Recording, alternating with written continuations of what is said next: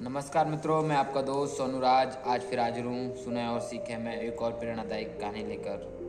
तो चलिए दोस्तों, कहानी को सुने और कहानी से कुछ सीखें। एक बार तथागत गौतम बुद्ध अपने कुछ शिष्यों के साथ एक पहाड़ी में से गुजर रहे थे। बरसात का मौसम था। पूरी पहाड़ी हरे भरे पेड़ पौधों से भरी पड़ी थी। पहाड़ी के नीचे एक नदी अपनी कलकल करती आवाज के साथ बह रही थी।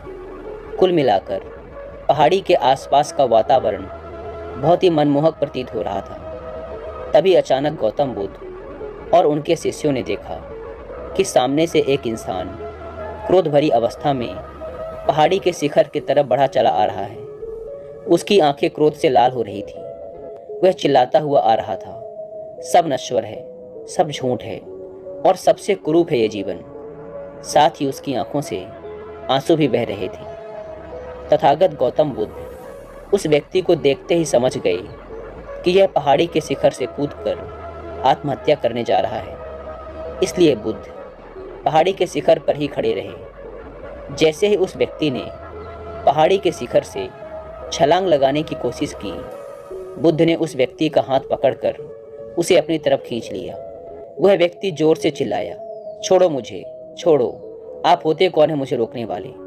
मेरे जीवन पर केवल और केवल मेरा अधिकार है। मैं इसके साथ जो चाहूँगा वो करूँगा। बुद्ध ने कहा, नहीं, सिर्फ तुम्हारा नहीं, उस माता का भी अधिकार है जिसने तुम्हें जन्म दिया। उस पिता का भी अधिकार है जिसने तुम्हारा लालन पालन किया। उस गुरु का भी अधिकार है जिसने तुम्हें शिक्षित किया। तुम्हारी पत्नी, तुम्हारे बच्चे, बहुत लंबी श्रृंखला है जिनकी वजह से तुम आज यहाँ हो। उन सब का तुम्हारे जीवन पर अधिकार है। यह सुन उस व्यक्ति का क्रोध थोड़ा सा शांत हुआ। बुद्ध ने उसे एक पत्थर पर बिठाया और कहा, अगले कुछ क्षणों तक लंबी और गहरी सांसें लो और अपनी श्वास पर ध्यान केंद्रित करो। व्यक्ति ने अगले कुछ क्षणों तक आंख बंद कर लंबी और गहरी सांसें ली। फिर बुद्ध ने उसके कंधे पर हाथ रखते हुए कहा, उठो। क्षणिक आवेग था मन का, अब वो शांत हुआ। व्यक्ति ने दुखी मन से आंखों में आंसू भरकर कहा, क्षणिक नहीं, मैं इस नगर के सबसे अमीर व्यापारी का बेटा हूँ। मैंने अपने जीवन में सब कुछ पाया, सुख, धन, ऐश्वर्य, काम वासनाओं की पूर्ति, लेकिन वो सब क्षणिक था। जब भी अपने अंदर झांक कर देखा, एक गहन अंधकार ही पाया, बहुत ही गहरी पीड़ा पाई और बहुत ही सूनापन पाया। अब तो इस जीवन से कोई लगाव ही ना रहा। अब तो मुझे इस जीवन को जीने का कोई सार ही नजर नहीं आता। यह सुन बुद्ध ने कहा, इच्छा जब तड़पती है तो हमें लगता है कि जब वो पूर्ण होगी तो हम तृप्त हो जाएंगे, परंतु जैसे ही इच्छा पूर्ण होती है, हमारा मन फिर से शून्यपन से भर जाता है। जानते हो क्यों? जब इच्छा की कामना थी तो वो हमारे लिए एक स्वप्न था। जब इच्छा पूर्ण हुई तो अंतर्मन समझ गया कि ये भी एक स्वप्न ही है, एक क्षण भी ना पकड़ सके और हाथों से फिसल गया। यह सुन उस व्यक्ति ने बुद्ध से पूछा, तो क्या इस जीवन में कुछ भी अनश्वर नहीं है? क्या कुछ भी ऐसा नहीं है जो अविनाशी हो, जो हमसे छूट न सके? बुद्ध ने कहा, है। बाहर के सुखों को भोगने की इच्छा को खत्म करो। बाहर भागते रहने से कुछ नहीं होगा। जीवन से घबरा, उससे दूर भागने से भी कुछ नहीं होगा। तुम्हें अपनी जीवन यात्रा अपने अंदर की तरफ मोड़नी होगी, वहीं तुम्हें शांति मिलेगी, ऐसी शांति जिसे कोई नष्ट नहीं कर सकता। उस व्यक्ति ने बुद्ध के सामने हाथ जोड़ लिए और कहा, कौन हैं आप और आप ये सब कैसे जानते हैं? बुद्ध ने कहा, इस जगत के लोग मुझे बुद्ध के नाम से जानते हैं और अभी जिस मार्ग में तुम भटक रहे हो, बरसों पहले मैं भी उसी मार्ग में बहुत भटका हूँ, लेकिन अब मैं इन सब दुखों से ऊपर उठ चुका हूँ। यह सुन उस व्यक्ति ने बुद्ध की तरफ बड़े ध्यान से देखा। बुद्ध के चेहरे का अद्भुत तेज देखकर वह बहुत प्रभावित हुआ। उसने कहा, बुद्ध, मैंने आपसे सुंदर व्यक्ति आज तक नहीं देखा। यह सुन बुद्ध ने कहा, इतने समय से मैं तुम्हारे सामने ही खड़ा था, लेकिन तुम मुझे देख ना सके क्योंकि तुम्हारी आंखें क्रोध में अंधी होकर हर तरफ केवल अंधकार ही देखना चाहती थी। मनुष्य अपने मन में जैसी चाहे वैसी दुनिया बना सकता है और देख सकता है। व्यक्ति ने कहा, सत्य कहा आपने, आप महात्मा हैं, लेकिन मैं दुखी हूँ अपने अंतर मन से। मेरा नाम यश है। एक धनी व्यापारी घराने में मेरा जन्म हुआ। जीवन में किसी भी चीज़ की कोई कमी नहीं थी। मैंने हर सुख भोगा, अपनी अनंत वासनाओं की पूर्ति करता रहा, पर अंदर ही अंदर मेरा मन घुटता रहा। मैं अंदर से और नीरस होता रहा। अब तो जीवन के प्रति कोई लगाव ही शेष नहीं रह गया। मैं क्या करूं?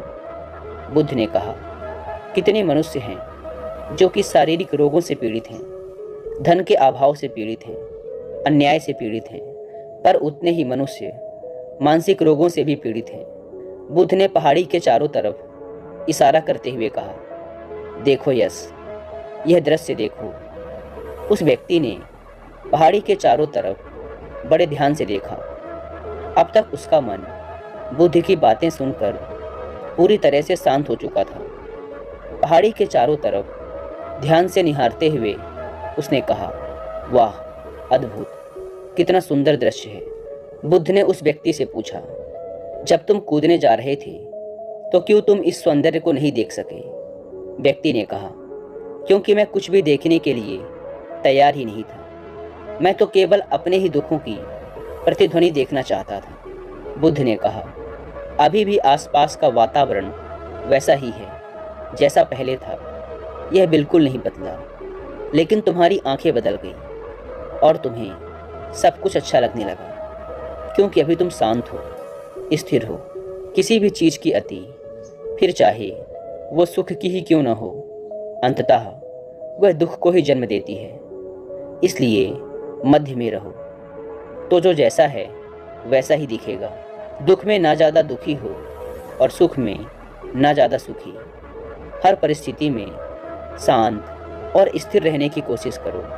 अगर मेरे बताए इस मार्ग पर चलोगे तो परम शांति पाओगे। बुद्ध के मुंह से ऐसी बातें सुन वह इंसान बुद्ध के पैर पकड़ लेता है और कहता है, क्या आप मुझे अपना अनुयायी बनाएंगे?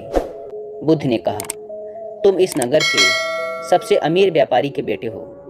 तुमने अपना जीवन बहुत ही संपन्नता के साथ जिया है, इसलिए मैं तुम्हें कुछ बातें पहले ही बता दूं। हम भिक्षुओं का जीवन सादगी से जुड़ा है। धरती हमारा बिछौना है और जो भिक्षा में मिले वही हमारा भोजन। व्यक्ति ने कहा, जहाँ मेरी चेतना का ही अस्तित्व ना बचे, मैं उस तपस्या के लिए भी तैयार हूँ। बुद्ध ने कहा, हर वो इंसान जो इस पृथ्वी पर जन्मा है उसे परम ज्ञान पाने का अधिकार है। बस पहला पग उसे उठाना है। व्यक्ति ने हाथ जोड़कर कहा, बुद्ध, मैं तैयार हूँ। बुद्ध ने कहा, तुम अपना शीश कटवा सकते हो? व्यक्ति ने कहा, मैं अपना शीश देने के लिए भी तैयार हूँ। बुद्ध ने कहा, शीश देने की बात केवल एक प्रतीक मात्र है। शीश देने को वही तैयार होता है जो अपने अहंकार का शीश काट अपने गुरु के चरणों में रख सके। उस व्यक्ति ने बुद्ध के चरणों में अपना सिर रख दिया। बुद्ध ने उसे आशीर्वाद दिया और वह व्यक्ति बुद्ध के शिष्यों के साथ मिल उनके साथ ही आगे